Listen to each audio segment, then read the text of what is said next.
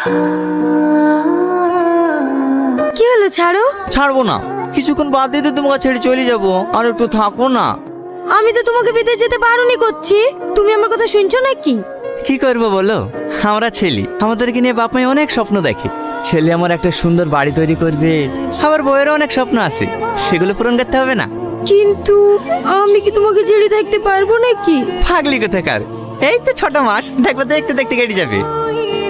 আসি, ভালোভাবে যাসবো তো।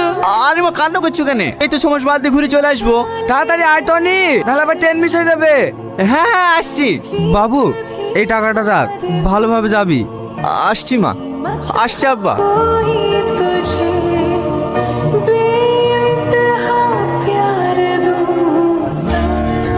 বিয়ে শাদী হয়ে গেছে, আবার পড়াশোনা করাবেন? আরে করুক না, পড়াশোনা করে চাকরি পাবে না সে তো আমরাও জানি। উচ্চ মাধ্যমিকটা দেওয়া থাকলে ছেলেপিলি তো মানুষ করতে পারবে। হ্যাঁ হল কি ভাই, আমার মেয়েরও খুব ইচ্ছা আছে পড়ার। এখন জামাইও থাকছে না 6 মাস বাড়িতে, এই ফাঁকে উচ্চ মাধ্যমিক পরীক্ষাটা দিয়ে ফেলো। সে ঠিক আছে, বাবু চলে গেল, আবার বুড়ি খেলি চলে যাবেন, বাড়িটা একবারে ফাঁকা হয়ে যাবে। 2 দিন পরে কিনা হয়তো আমি দিয়ে আসবো, হবে না? হ্যাঁ হয়তো তো, পরশুদিন আবার ভাসুরের মেয়ের বিয়ে, বুড়িকে নালি গেলে আবার রাগ করবে। ও তাহলে আর কি বলবো, যাও মা, রেডি হয়ে লাও গা। ঠিক আছে আব্বা।